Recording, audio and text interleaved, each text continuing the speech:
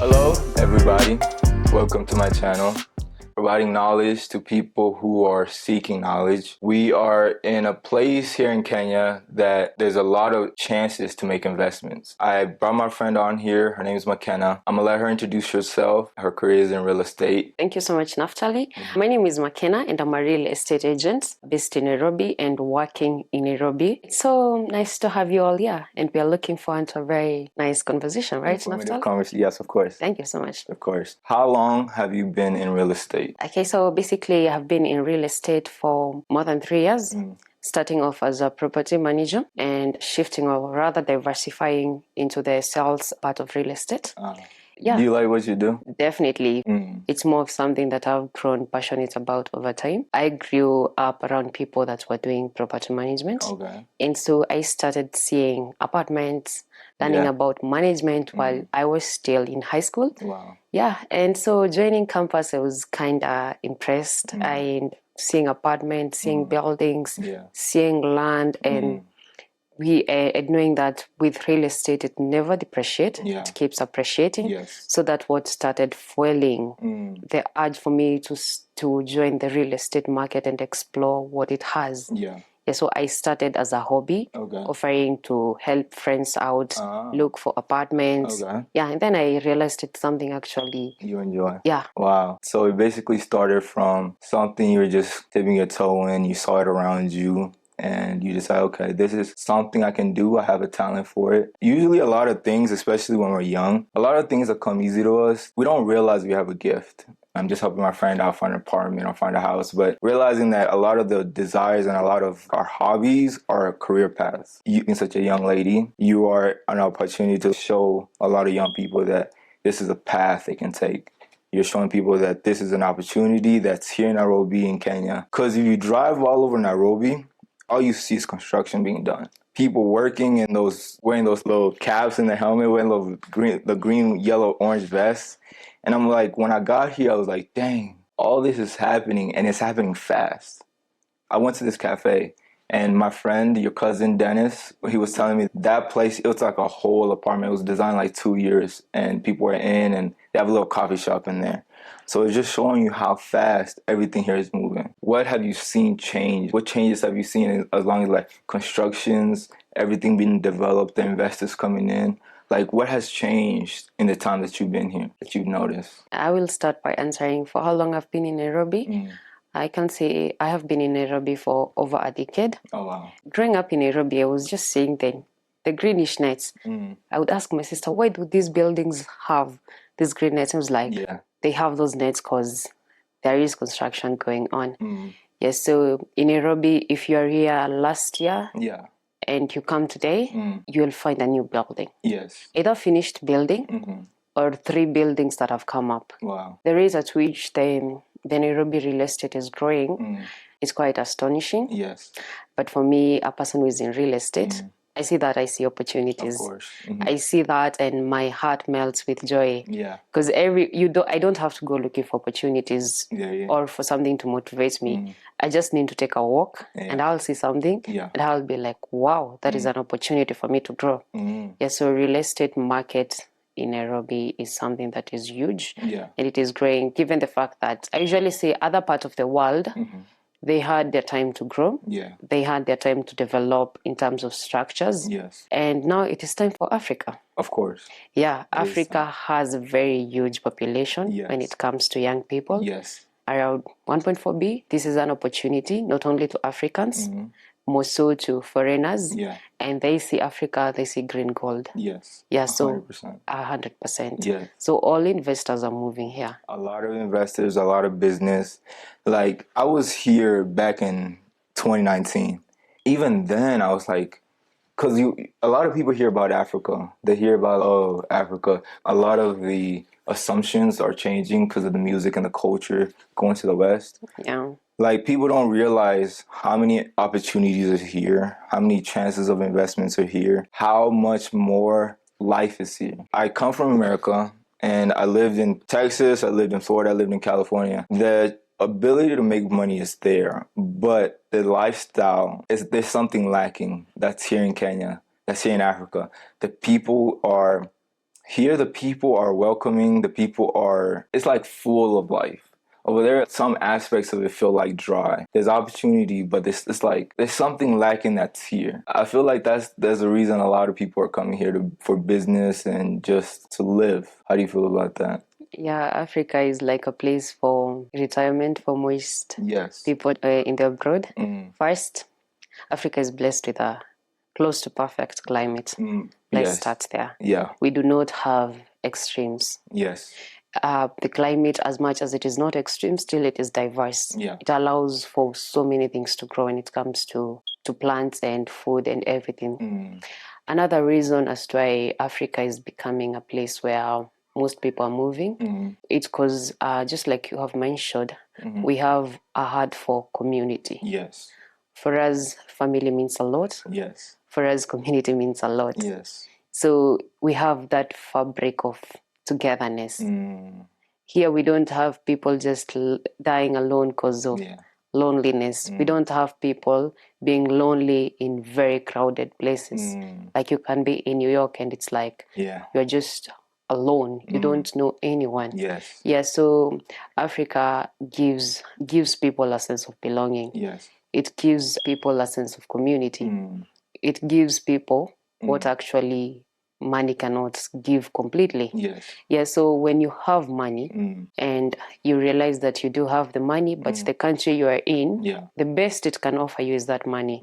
Now you start looking for something else. You start now looking for life. Somewhere to go. And live. Yes, invest both financially, your family, all the above. If you can be in a place where all the main things in life, the values in life are there, and you can just live.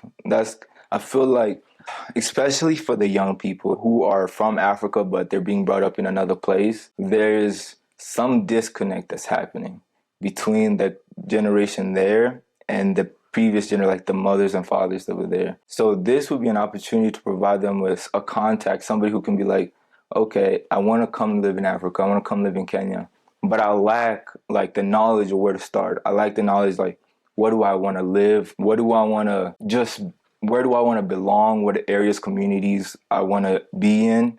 Because coming here, honestly, there's a bit of a learning curve. Like, I had to learn how to use M-Pesa very fast. I had to get eSIM. Like, it's a bit of a learning curve that has to happen. The more you stay away, the steeper the learning curve is. But you have to realize you have to come here and live and take your time to do research, to meet agents like you that can help them understand what they want, like where they want to be. If not, they can be in a state of confusion, or even they don't even want to, like, because the process is so much, they don't even want to try.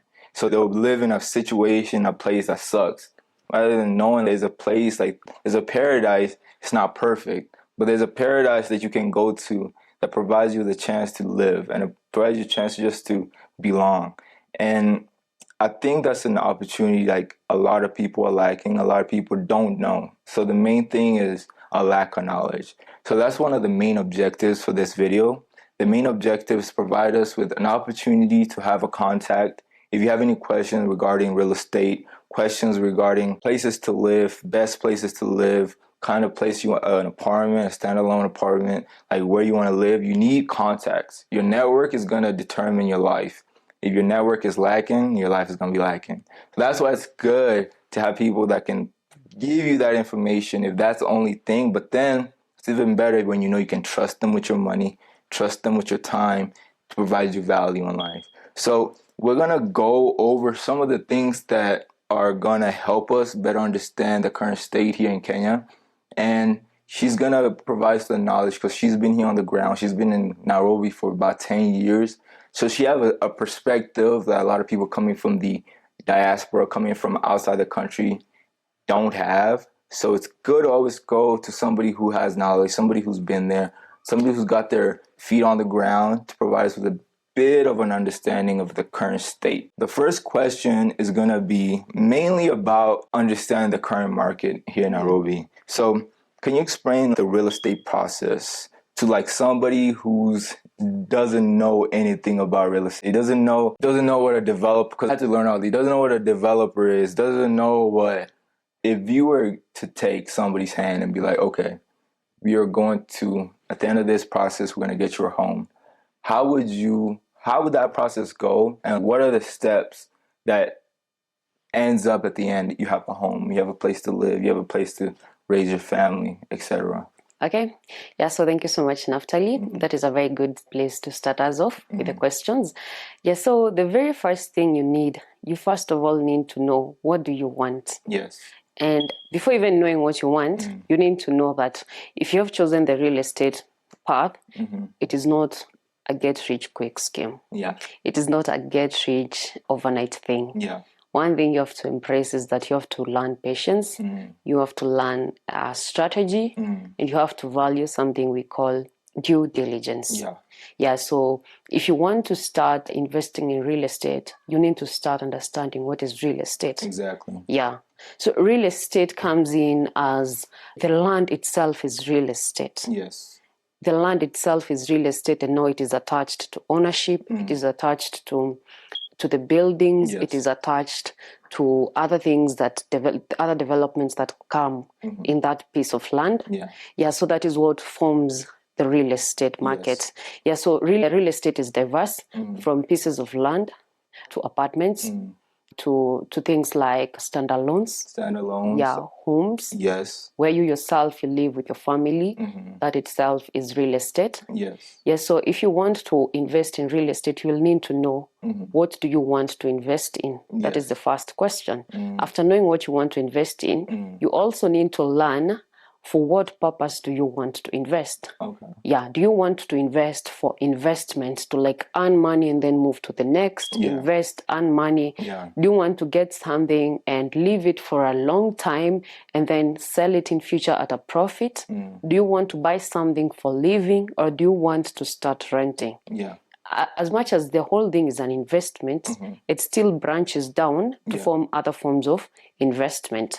For example, I can decide today I'm buying a piece of land, and I'm gonna keep it and keep it as a form of inheritance to my kids. To your future. Yeah, my future kids can decide to sell it. Real estate doesn't depreciate. Yes. It will always appreciate, unless if you sell it when you're in distress and you decide you don't want to make money, which is not even possible to start with. Yeah, so you have to know what you want, and you want it for what purpose. Okay. So if you're looking for a piece of land to buy and build, the steps that you're gonna take are different from someone who is looking for an apartment that they want to buy and sell at a profit. It's gonna also still look different from someone who wants to buy an apartment, rent it out, and earn money from that apartment. Yeah, so you have to sit down, ask yourself, I want to invest in real estate. I have decided to take this path. If I have decided to take this path, what specifically do I want to invest in? So let's take it from, I see two scenarios here. Okay. I see a young generation of people trying to reconnect with their homeland. And then I also see people like my mother who are in the latter times of their career, who are looking for a home, looking for somewhere to come, like you said earlier, retire. So we can take it in a very like practical sense so people understand better. Like, for example, somebody like me, somebody young who is between, let's say, 20 to 30 years old, young, they want to come do business here in Nairobi. They also want to have a place where they can not have to worry about commute, X, Y, and Z. How would you direct somebody, for example, young in the prime years of their career, they're getting started, they're looking for a place to come invest, do business.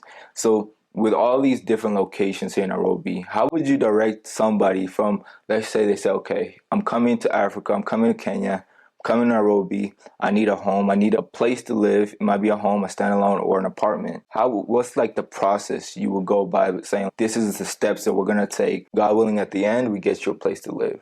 How would you direct somebody like that who's just here for business? And what's the word for it? Everything here is very prime. Like it's developed, like it's bubbling. Like it's a chance to make money, it's a chance to invest. How would you direct them to be in the optimal place, an optimal location where they're here, but they're going to have also opportunities to meet people, to be in conversations with people who can help them even further their career? Like, how would you direct somebody like that who says, okay, I'm trying to find an apartment. what steps would you go with them? Myself being a young person, Yeah. and I'm going to answer this question in the lenses of I am the young person who want to invest. Yeah. I myself, Makena, what would I do if I want to invest here in Kenya? I would tell myself, start small. Start with whatever you do have. Do not wait for tomorrow. Yeah. If you wait for tomorrow, first of all, just know the prices will triple. Yes. Start with what you have. Start with a small apartment. Start with a studio apartment or a 1-bedroom. Okay. Again, about the place you will invest, we will work with a budget. However, I would recommend places that have high rental demand. We have places in Kenya like Ruaka. Okay. We have places like Syokimau. Syokimau is a very nice place with a high rental demand, considering the fact that we have the SGR all the way to those sides, and the roads with the expressway and everything. It makes the place so convenient to live in, considering that you just need 30 minutes to Nairobi, and the rental demand there is high. And you will rent it as not as high as you would in the very high-end places in Nairobi. However, you are assured you'll get long-term clients to invest in your apartment. So personally, I would go look for a studio or a 1-bedroom, buy it as early as I can so that I can buy it at a small price. After I buy it, I rent it out. When I rent it out, I'm already earning money from this apartment. Please, when you earn income, consider reinvesting it. Don't earn income, then use it. You won't grow. No. Yeah, so if you have bought an apartment, have a bank account where your tenant can be paying that money into that bank account. In the process, you are saving your money, and again, you're building a relationship with that bank. After you have bought your first apartment, now start strategizing on how you're going to buy apartment number 2. So why did I say don't use the money that is coming from the rent? When you're buying an apartment, you need a deposit, 10 to 20%. That you'll need out of the total amount of the cost of that apartment. So the money that you have been earning from your apartment, that one can act as a deposit. Already, you do have a title from your first apartment. You have built a very nice relationship with the bank that you're banking with. If you take that title deed, it acts as a security. You go to this bank. I bank with you and I have this title deed. I need this amount of money. So they're gonna give you a loan. You will go and reinvest in apartment number 2. The money that is coming from apartment number 1 is gonna pay this loan. As you wait for this other one to start renting. I think you understand the chain. From there you go to another. Have a target of like having 10 apartments. In like 10 years or so, you will have your 10 apartments. And then after there, it allows you to be able to invest in a passive way that doesn't take much of your time as a young person. And by the time like maybe you are 35, you have your like 10 apartments. You have 10 title deeds. You have rental income from these apartments, right? These title deeds, remember, they are security. So you can start diversifying yourself and thinking now of ways to invest big. You can think of ways not to come and buy maybe an apartment in Westlands, which costs a huge amount of money that as a young person, when you're starting, you may not be having. So you'll have these title deeds. You can go and get a huge mortgage. You can go get a bigger loan, or you can start thinking of now, I want to buy a piece of land. I want to build my home, or other things you just want to do now. Like you said, thank you. That makes a lot of sense. I feel like in the current state that we're in, especially being young people, we want things done fast. We want to be millionaires today. We want to be millionaires yesterday. That's not a wise way to build wealth and build security.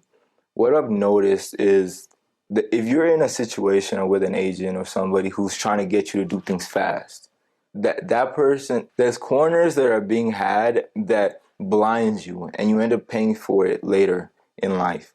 In that mentality, I think is a very wise mentality to have when investing in real estate, when getting a home, an apartment, that I'm here to invest long term. This is not a short term investment. This is not something that I'm going to get rich very fast, like you said earlier. It's an opportunity for me to build wealth.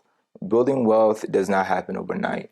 It's small decisions that you make over time that people look at you in 20, 30 years and be like, how did this person end up getting here?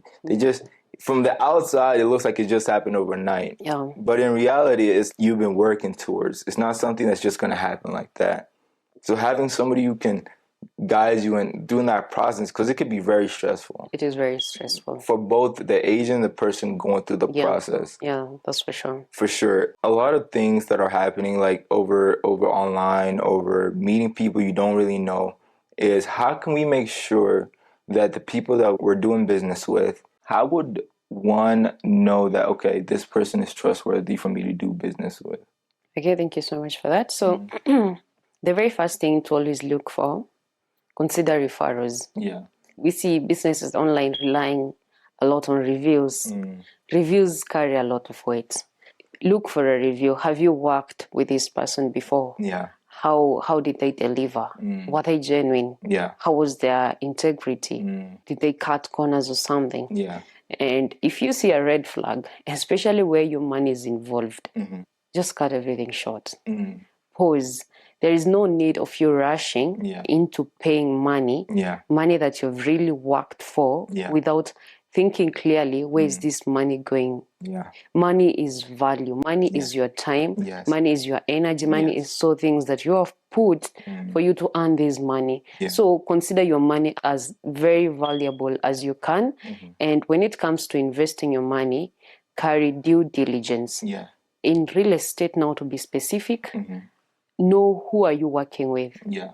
Work with someone who will tell you the truth. Like an agent, don't just go for the good deals. If a deal is too good, you have to think twice. Why is it so nice? Yeah. If the prices are so nice, why are they so nice? Yeah. If you're being pressured, the deadline is, there is no deadline, just pause. Yeah. If someone is telling you about deadlines, if you don't pay by tomorrow, we will give it, just let them give it to someone else. Yes. Yours will come. Yeah. So don't rush. In real estate, you have to master patience, as I said earlier. You have to master strategy and you have to master due diligence. These cuts across from buying a piece of land to buying apartments or ready projects. And you have seen across how people come online complaining, I bought this and this and this was done. I started constructing. The person, especially for people in the diaspora, you will send money to someone to construct for you, trusting them as friends and relatives, and it will just turn it will turn bad for you. In other words, value due diligence. If you're buying a piece of land, that title deed, search it yourself. Go to the registrar, go to the Ministry of Lands, pay. Don't look at cutting down on costs. And one thing that is non-negotiable in real estate is having a lawyer. You'd rather not have an agent but have a lawyer, to be honest, as much as I'm an agent. An agent, as a real estate agent, what they do, they take off some work from you. If you're an investor and you're someone who is busy, you won't be available to go view houses. You won't know nice projects. You won't know how much they go for. You won't know that is the work personally I do for you. But when it comes to legal matters, you have to be ready to part with your money and pay a lawyer. And not just any lawyer. Look for a friend lawyer, someone you know personally. And if you have decided to go into the real estate market, look for someone you can start with as a lawyer from the word go, every other thing you're doing, so that you can build relationship. In business, as much as we're looking to make money, before you think about the money you're making, think about building a relationship so that this person treats you as person they know at a personal level, and they're ready to go out there and cater for your personal needs when you're not there. Fact. I agree 100%.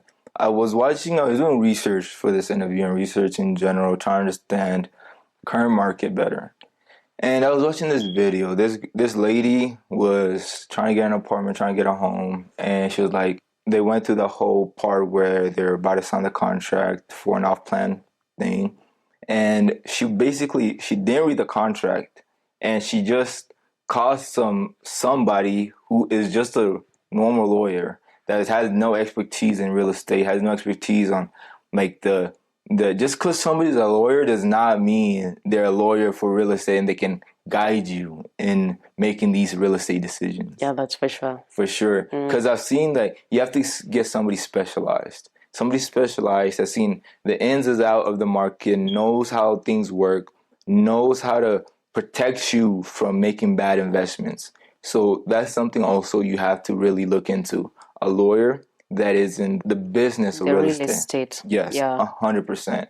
Because if not, you might save 500,000, but end up losing like most of your investment on that property.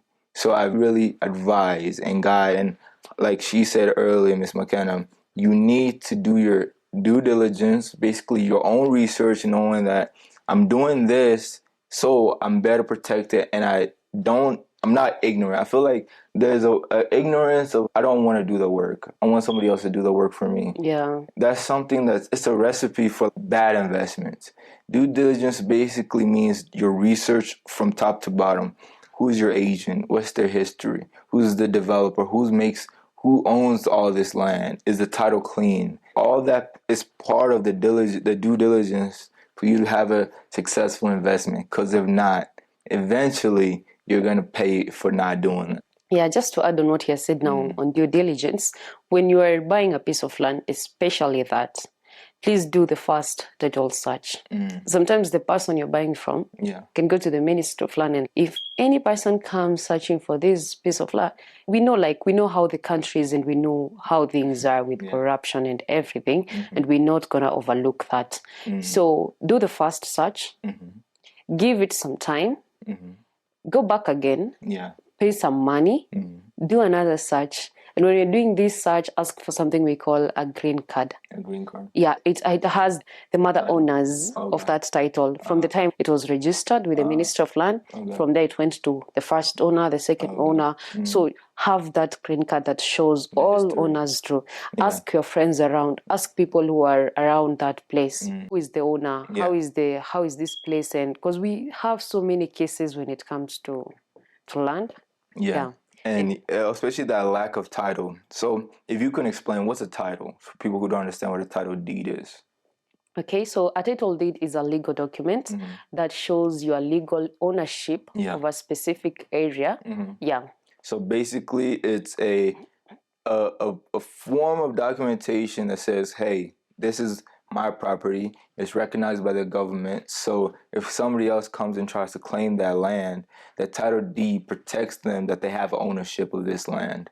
And a lot of scams that I've been seeing or I've heard about are scams where people don't have the proper documentation, the proper title for the land they're buying. So a lot of scams end up happening because you didn't go to the government making sure the title that this person has is legitimate. Because you might put all your money in thinking that you have a proper title, ended up losing everything because you can't claim you own this land. They can come, the real owners of the land can come, whatever you were building on, they can tear everything down. They can say, okay, we want this land back. And a lot of things I've heard about is there's also like a lot of disputes. Like our families fighting, like one person will sell it, but it's not, the title's not really clean. Like, have you heard of any cases where people are, like they purchased the property, they thought they had the title, but then had to go back and realize like these people are in court fighting for this land and fighting for the ownership of the title? Have you seen any of that like in the past, I don't know, 10 years you've been in real estate?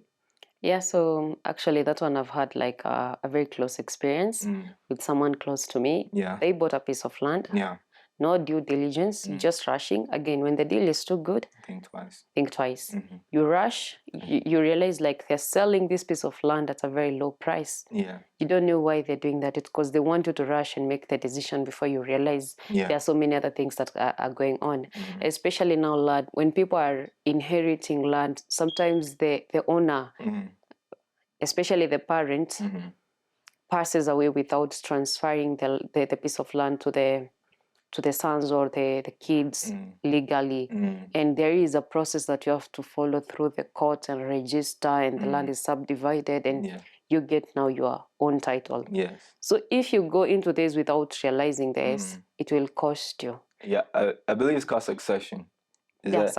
Succession. The process of the parent or the owner of the land transferring the land and title to the kids.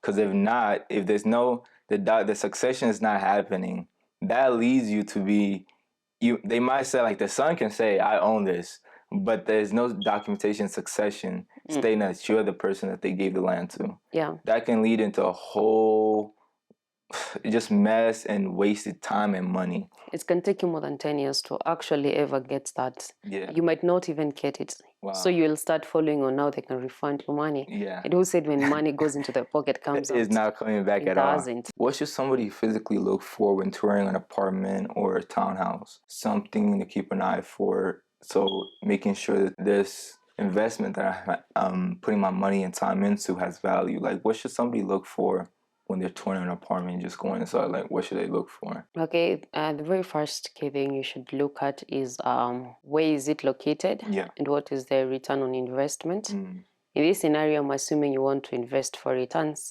So if you're investing for returns, look for return on investment. Look for a demand in that area, for rental demand. Again, now look at who is the developer. And look at their prior developments. In Kenya, we have a diverse number of developers, and in real estate, we know some make big houses. We know others have very nice finishings, and we know others have top-notch apartments. So if, for example, you want something for leasing as Airbnb, and your budget is a bit tight, what you're gonna look for is an investor who does very nice finishings, because finishings are very key when you are going to do furnished apartments. And when they're doing this, you look at the budget they're offering at. They're going to offer at a little bit lower prices, but they're not going to be spacious, but the finishings are going to be top notch. So if you're letting it short term, space is not something to really go for, because you're not going to live there. And you just want it to be functional for the time that investment is running. So if you're looking for something that you want to rent as family houses, you go for developers that do houses that have spaces. Families will come look for a house that has a lot of space. So these are things that you look at. And then again, if you are buying your own property, whether for investment or for owning, look also at the materials that they use for building. There are some materials that will last long, others won't last long. Things that are made like concrete or things that are prepared on the site, as much as they look creative, they may not last long like bricks and stones will last. Wooden floor is very nice and fantastic. It doesn't allow cold. Your feet are secure, but it keeps chipping off compared to tiles. So still have value for your money. Look for materials that will last for long. And then be also aware of apartments in the urban setup. They're not freehold. They are leasehold. And the lease commonly, or what I know, is that it runs for 99 years. On average. So if you're not buying an apartment that is ongoing or that is just finished, you're going for something we call old school. You need to look at the lease. So what's the difference between you said a lease hold or a form hold? A freehold versus and a leasehold. So what's a leasehold? A leasehold is where you hold an apartment in urban setup or a house in urban setup for a period of time. And here in Nairobi, 99 years. On average, So after these 99 years, you will need to go to the ministry or to the offices that deal with this and renew that lease again. Like the way your rent lease expires every month. So this one will expire every 99 years. And then a freehold, if you go to a place like Kikuyu, which is just a few minutes from Nairobi, and want to buy a piece of land, you will own that land for eternity. It is a freehold. It's yours forever. It's yours forever. So basically, is what I feel like I understand. A leasehold, you're leasing it for 99 years, and you don't own it. But after 99 years, you go to this agency that kind of not refinance, but they kind of they can restart, they can deny, because you don't really own it. They can do whatever they want after that 99 years. You actually own it, because you do have the sectional title. What determines owning is the title. But now rules like for now urban places, owning of apartments and the real estate market, you own it on leasehold. You hold it for 99 years. Because things can change. Yeah. Yeah. Things changing, new development happening. So a lot of things can happen that it can be a good thing and a bad thing, but I think it's good to revisit whatever lease you did. You might want new changes in your apartment. Things might have been outdated, so might be a chance, probably for you, not for you, but for the future generations, either to sell, to revamp some things, to redo the finishing. So I can see the benefits and negatives for having this. So in a practical sense, somebody has $50,000, which is about, on if I'm the conversion, it's like 5 million Kenyan shillings. How would you advise somebody or recommend somebody to invest that here in Nairobi, like 5 million Kenyan shillings? Okay, that's nice. So here, I'm gonna give two investment scenarios that you can pick from. Okay. One, you have $50,000 averagely, yeah, that is 5 to 7 M, around 6 to 7, yeah. So you can decide to go to a place that is a satellite place, like slightly outside the very close places to the CBD. Yeah. And get yourself a 1 bedroom apartment. Okay. And then rent it out long term. The scenario I had given earlier. Rent it out, open a bank account, let this money flow in there as you build for deposit for the next project. Yeah. And then before you do all these things, please be keen to identify a very nice developer or an agent that can help you through this, so that you can have a trusted developer that does their apartments a nice way. They have nice finishings, they have spaces, they have good prices, and most importantly, they honor their finishing timelines. Yeah. Because now you're gonna buy an apartment that is off plan, so that you can buy it at a little bit lower price. Yeah. Because most projects are sold by the time they're finished. That's true. Yeah. So you have to know who you are buying from. If you have time, meet the developer, meet the contractor. Let the contractor show you the architecture. Let the contractor show you the engineer that is dealing with that project. Do all the due diligence first. After everything ticks and you are sure these people are legit, now go for this apartment, buy it. After they finish, rent it out, earn money, have the title deed, take a loan if you don't have cash, reinvest. Keep reinvesting. It's long term. Yeah, make it long term until you have as many as you can manage. Then you can think of other ways to invest, maybe in business or other things. And then another scenario here, you can also look at places that attract, like places that foreigners really value, or expatriates or tourists. And now you get, with $50,000, you can get a studio. To be honest, it's not much for high-end places like Westlands, Kileleshwa, Lavington, Kilimani. These are districts within Nairobi that are very nice for foreigners or people that are coming in Kenya for a short time, and they are close. Their proximity to areas like malls and other services is very good, and that makes them fetch a good income. So if you have like the $50,000, you can get a studio, or if you are able to find developers that are selling their project at slightly lower price, or if you can buy when it's off plan, you can manage to get a 1 bedroom. So when you get this 1 bedroom, after they are done, you will furnish it nicely. Furnishing it nicely is very key. And then now you can get an Airbnb manager or a co-host. You list it on Airbnb, booking.com. And once you get a client, you will fetch more rent compared to if you rented it without furnishing. You'll actually fetch twice or even more. For example, if an apartment, a 3-bed apartment goes for 120,000 when it's not furnished, if you furnish it, you're gonna fetch like 250 to 300 Gs per month. If you're lucky enough to get a long-term client, your return is gonna be sweet. The only thing with furnishing is like it's gonna take much of your time compared to renting it without furnishing, but the returns are very nice. I was talking to my uncle, and he was telling me the exact same thing. He was saying that when you buy an apartment in, I don't know if it's in Africa or in Kenya or in Nairobi, but basically when you buy an apartment, it's not furnished. You have nothing inside. You don't have a fridge. You don't have cooking utensils. You have nothing. It's just the bare bones of an apartment. You have to go buy yourself a fridge, everything in the beginning. You're not buying, like from where we're from, you can go somewhere Unfurnished means there's no chairs, basically your stuff. But on average, there's always a fridge. Yeah. There's always a microwave. At least those. And there's always a stove. Here, you have to buy all that stuff yourself.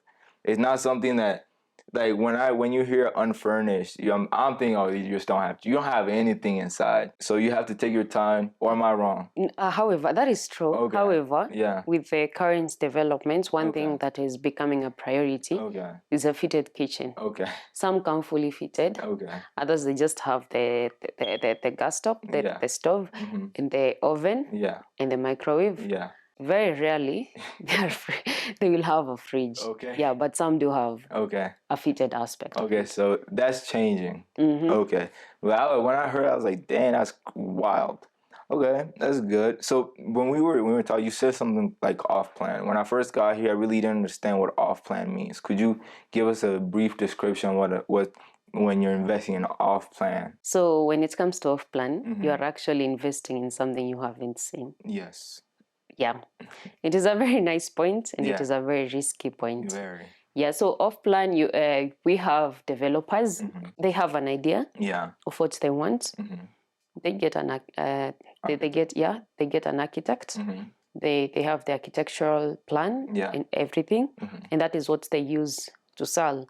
This is how the apartment is gonna look like when we are done. Yes. The good thing is that I have learned that they actually get to actualize their plan. The way they look, that is how it end up looking. So don't be scared about how it's gonna look. However, you need also the real aspect of it. If you are someone who want to see something before buying it. So you don't get to see what you're buying. You just get an idea, a theoretical idea of what you're gonna buy. The advantage of off-plan is that you buy it at a very low price. A lower price, not a very low price. Sorry about that. It's lower than the market price because you are risking a lot by putting your money there. Again, an off-plan doesn't have sectional titles. So what you're buying with, what you're doing due diligence for is the entire title for that piece of land where they're gonna build the apartment on. They should be having that title. So you will use that title to do your due diligence. So off plan can be before they start. And off plan again can be an ongoing project. Ongoing projects, they have started, they are selling on phase 1, phase 2, it's being built, and they are selling as they are continuing. So they start selling as it is off plan. A few people buy because the prices are very nice. Then when they start, the prices hike a bit. As they move on, the prices increase a bit. And by the time they are completing, when they do have the completion certificates, the moment the government clears them and gives them a completion certificate to say that their project meets everything that is required, the prices will increase. Now that is a completed project, a project that is ready to move in. So if someone is buying something and they want to start renting it next month, I as an agent, I'm not gonna give them off-plan project because they want to start earning immediately. So we will go to the completed project. The prices are high, the risk is low, and you're gonna start earning immediately. If you want to pay in phases and have a long period of time to pay, the off-plan is a good option. The price is a bit low. You pay in phases, so you have room to breathe. But don't forget the risk. So off-plans are more riskier, but on average, they are less than the market value. And they give you room. Especially as a young person, you don't have all the money to invest at once. You don't have the 6 million. You just have 2 million. That is a perfect deposit. In a period of 2 to 3 years, when they get to finish, you are able to pay this money in a period of like quarterly. So if you are a young person who needs some room to breathe, or even an employed person who needs some room to breathe and still invest, off-plan is still good. The only risk actually that there is not that they get to run away with your money.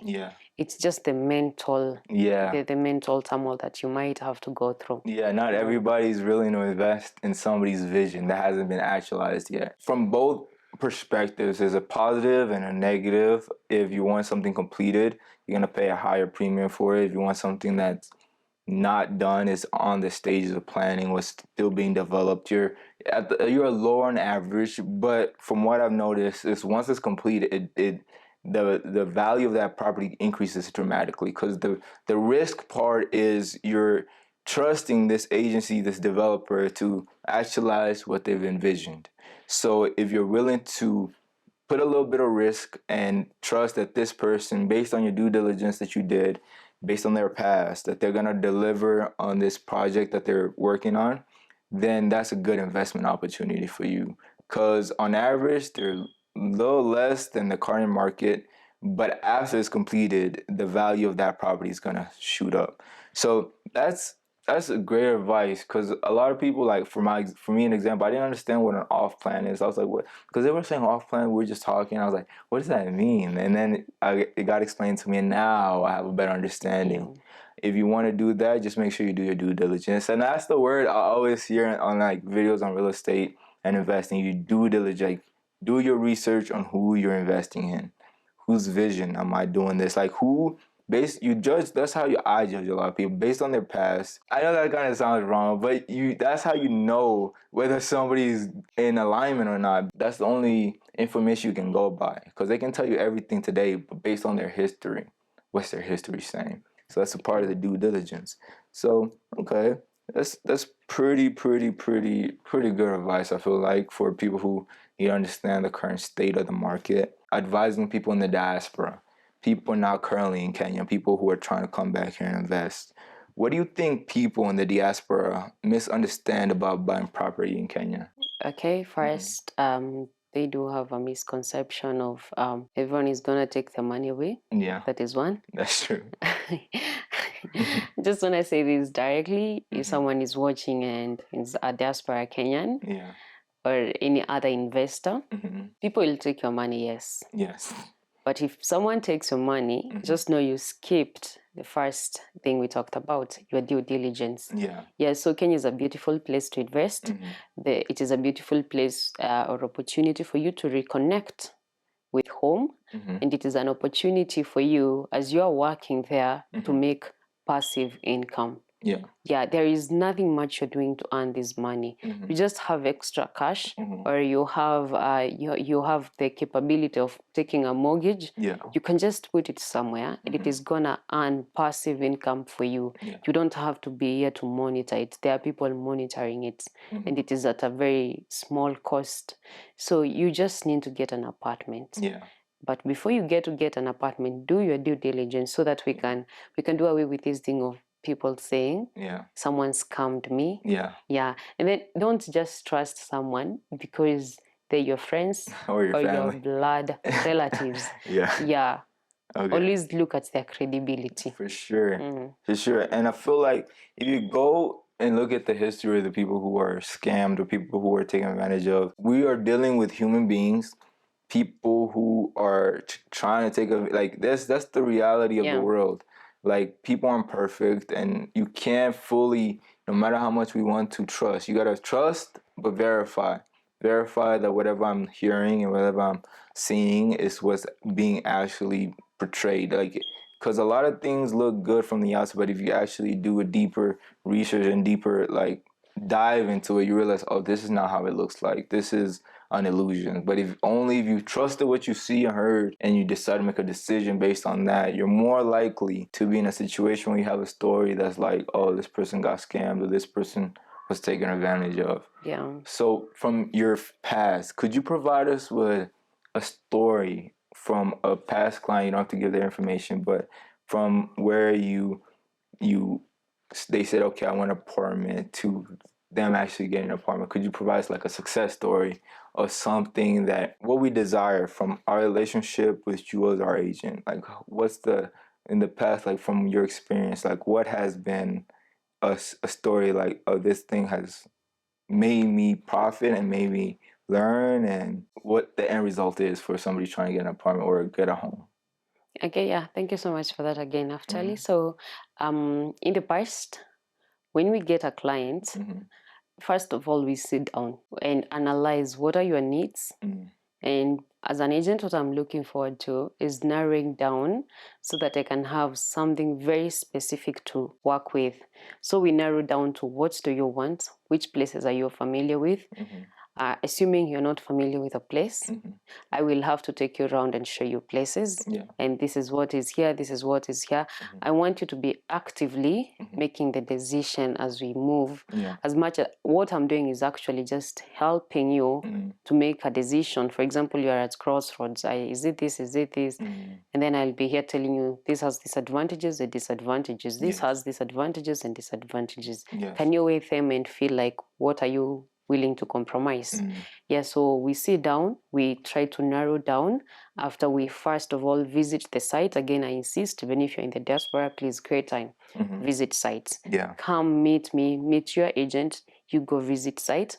I personally have worked with people from the diaspora, and we get to meet first, and then we see what they want. After there, if they're not available to be in Kenya frequently, definitely you have someone trusted around. So when I look for a property for you, I will share it with you online via WhatsApp or in other media you prefer.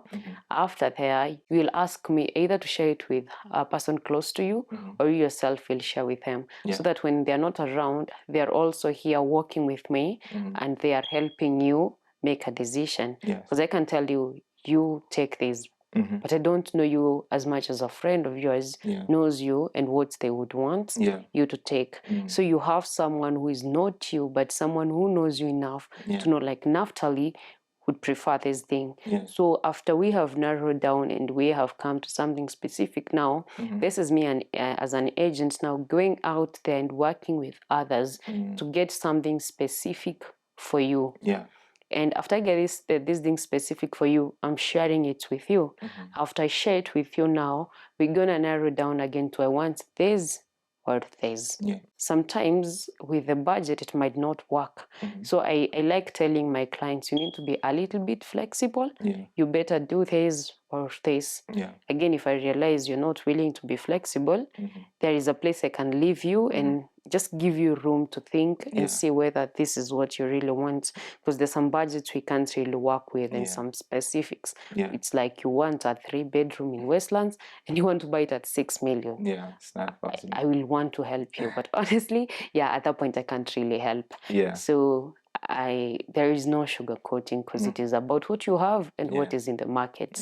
So if we get to come to a place where you're like, I want these apartments now, that is not where we see the specifications, and now we start what we call the due diligence. We want to make sure like everything checks out before even we take the offer letter. So for example, when we're buying off-plan projects and everything else, we usually get the offer letter. This offer letter specifies what the apartment is about, completion timelines, the price that we're gonna sell at, the payment schedule, and all those things. So I get to get that offer letter for you from the developer, and then I do share with you as a client. After I share with you this offer letter, I expect you to share it with your legal personnel, so that your legal personnel goes through it and looks at it carefully to see whether there are loopholes. Again, like Naphtali said, make sure your lawyer is not just, don't use a criminal lawyer for real estate. There are some things they won't know, because experience is very good. So they will go through the offer letter. There are no loopholes. Do we agree with the price? If both parties agree on the price and everything, now we can proceed to start now doing the proper investigations, where you have to pay your lawyer. And now there is a lawyer from the developer side who is preparing all these documents. Now your lawyer, you pay them, and now they do proper now due diligence. Where is the title? They do the title search at Ministry of Lands. They do all the due diligence. And after it checks out now, we can proceed with payments. On payment, receipts are very important. Make sure you keep all the receipts. So we do pay, and after payment is done and everything is completed, and you have a certificate of completion when it comes to when the building is completed and everything. If it's an off plan, you don't have sectional titles immediately, please, you have to understand this. You only have the title for the entire piece of land where the apartment is being constructed. So after the apartment is completed, let's take like the apartment has been completed in the last month, May. Give it 3 to 6 months, sometimes even 6 to 1 year before the government offices process the sectional titles and they're made available. So after they're made available, you have your receipt and you have everything. Now you are able to acquire. You are legal now. You are now legally a homeowner or an apartment owner. I don't know whether I've answered your question. You have. You kind of took us through the journey of beginning, building a rapport, building a relationship, understanding what us as a client wants, and then providing us with resources, providing us with options, providing us with an opportunity to make decisions and kind of go along this journey with us that at the end, God willing, you get an apartment, you get a home, you get somewhere to invest in. So it's a journey. It's not going to happen overnight. That's true. So, okay, if you could go back 5 years, what would you do differently as an agent? I would make connections that are very intentional. Again, as a young person, your connection is your net worth. 100%. So I would connect with people with an intentionality, like, let me build my connections. I would save more. Because as much as I'm a real estate agent, I also want to invest in real estate eventually. So I would save more and I would take more calculated risks without having to think what ifs. Sometimes the what ifs cloud us and we hold back. And as we hold back, the world is changing. Always moving, always going. No matter how much you think, nothing is ever guaranteed. So with everything that we do in life, there's a chance that things are not gonna go 100% how we expect them to. That's what life is. It's not perfect, but making decisions, especially informed decisions, help us and guide us in being more successful. Because no matter what, time is gonna happen. You're gonna be 30, you're gonna be 40, and then however you spent your 20s is gonna be reflected on your 30s and later on in life. So this is your opportunity for you to invest, to learn, and realize that, okay, I lack knowledge. Like, for example, for me, I realized, okay, I lack knowledge in this aspect in life, and I need to understand, I need to acquire more knowledge. If I don't acquire this knowledge, I'm going to be in a situation that I'm not going to be in a good position in life. Life is all about positioning. So we're going to do some little short clips or like bonus soundbite questions, and you can just answer. So what is one thing every investor should know about Nairobi? Nairobi is growing. Nairobi real estate market is tripling. The better you do it today, the better for you. Better for you. Okay. What's a real estate myth you want to debunk right now? That real estate is a get rich quickly scheme. Yes, not gonna happen. It is not. No, you need patience. Yes. All right, finish this sentence. If you wait too long to invest, the market is gonna triple, quadruple. You gotta do it now. Not yesterday. Like, you told me, like, we were having a conversation when she was taking me to see some property. She was saying that the best time to invest in land and property is yesterday. That's very important to know. Even if you're not in a position to do it now, the time you spend, you gotta learn.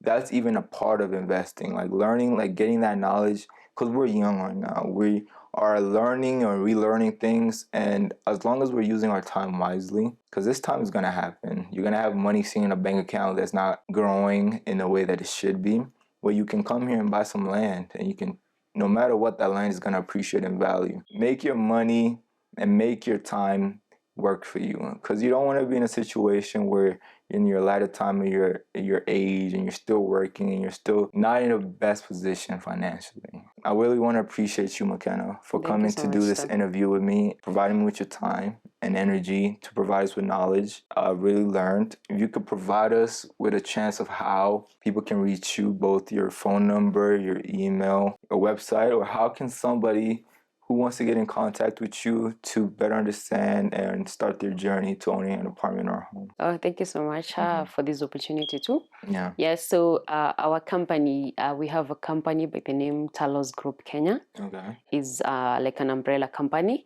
And here I get to do now real estate under Taloske Properties. Okay. And on our socials, we have Talos, Ke_Properties. For you as a buyer, you don't get to pay the agent. No.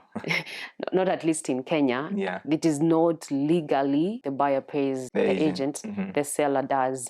So this is a free service for you as a buyer to get to learn what is out here and for you to now make the decision from a point of you know what you're doing. Yeah. We don't want you investing and then now later on saying, I wish I knew. You can know right now. Exactly. Yeah.